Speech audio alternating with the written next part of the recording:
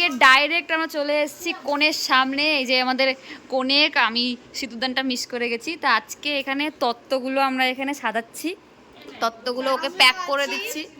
ও sorry, হ্যাঁ হ্যাঁ ওই সাজাচ্ছি মানে ওকে ট্রলিতে সাজিয়ে দিচ্ছি, গুছিয়ে দিচ্ছি। এই যে সবাই মিলে বিধ্বস্ত স্নান টান করে আমরা সব খোঁড়াচ্ছি, জানিস তোর বিয়েতে নেচে মান্তু। সকাল 8:30টার সময় নাকি বাসি বিয়ে কমপ্লিট হয়েছে।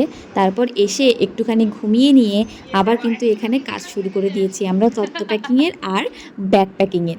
তো এখানে কিন্তু বিকেল হয়ে গিয়েছে আর মান্তুকে টুলুদি সাজিয়ে দিচ্ছে, একটু কলকা করে দিচ্ছে, হালকা মেকআপ। কারণ প্রথম দিন শ্বশুরবাড়ি যাচ্ছে বিয়ের পর, একটু সুন্দর তো লাগতেই হবে, তাই না?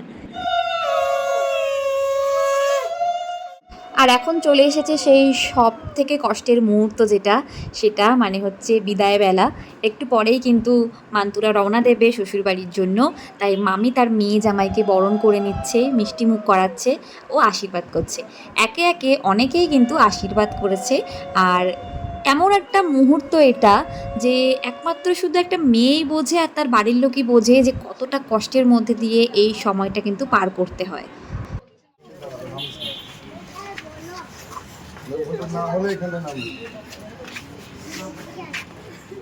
তাকাবি না।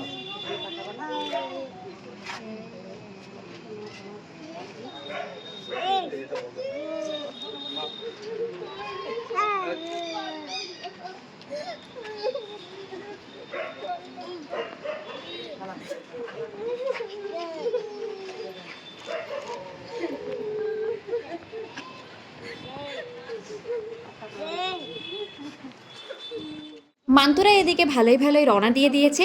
আর তাহলে চলে এবার আমিও যাই, দেখা হচ্ছে তোমাদের সাথে রিসেপশনের দিন রাত্রে।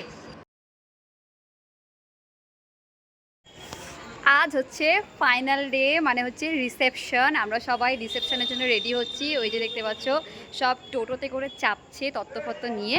এবার আমরা যাব হচ্ছে কনে যাত্রী হিসেবে একদম রওনা দেব। কথা বলতে বলতে পৌঁছেও গিয়েছি এখন বিয়ে বাড়িতে। আর সবাইকে একটা করে তত্ত্ব দিয়ে দেওয়া হয়েছে। গেটটা কিন্তু খুব সুন্দর করে সাজিয়েছে, ভীষণ সুন্দর, কালারফুল লাগছে দেখতে। আর সব থেকে যেটা ভালো লাগে সেটা হচ্ছে এইটা, আর সব থেকে যেটা ভালো লাগে সেটা হচ্ছে এই ছবি দিয়ে যে নাম লেখা ব্যাপারটা, এটা কিন্তু এখন খুব চলছে আর দেখতেও বেশ ভালো লাগে। রিসেপশনেও মান্তুকে কিন্তু খুব সুন্দর আর মিষ্টি লাগছিল দেখতে। তো তারপর চটপট কয়েকটা সুন্দর সুন্দর ছবি তুলে নিয়েছি, কারণ আজকে তো সেই সেলিব্রিটি, তাই না?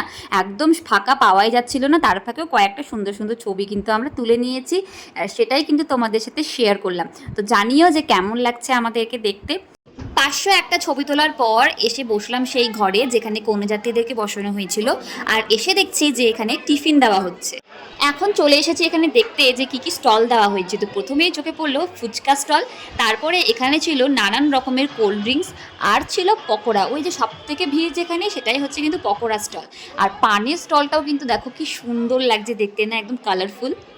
লিটারালি পলাশির যুদ্ধের মতো যুদ্ধ করে আমাদেরকে এখানে পকোড়া নিতে হয়েছিল, কারণ এতটাই ভিড় ছিল।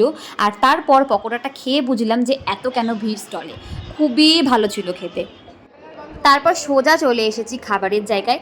আমাদের পেটে একটুকু খিদে ছিল না, কিন্তু তাও যেহেতু কনেযাত্রীরা সবাই বসে পড়ছিল তাই আমরাও বসে পড়েছি। আর এখানে আমরা সেটাই আলোচনা করছিলাম। পেটে নাই খিদে, করে বসতে হচ্ছে। রাতটা অনেকটাই হলো। হ্যাঁ, কারণ আবার বাড়ি যেতে হবে। এত এত ফুচকা আর পকোড়া খাওয়ার পরে কি আর পেটে জায়গা থাকে, তোমরাই বলো? কিন্তু কি করা যাবে, সত্যি সত্যি অনেকটা রাত হচ্ছিল আর আমরা সেজন্য বসে পড়েছিলাম। এই হচ্ছে আজকের মেনু দেখে ভাবছিলাম কোনটা খাবো আর কোনটা খাবো না। তো সবার প্রথম নিয়ে নিয়েছি ফ্রাইড রাইস আর চিকেন। প্রত্যেকটা খাবার অসাধারণ ছিল, একদম জমিয়ে খেয়েছি আমরা।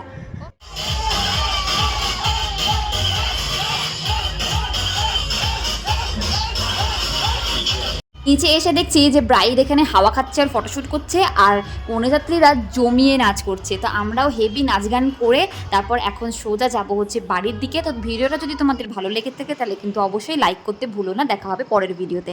Bye bye.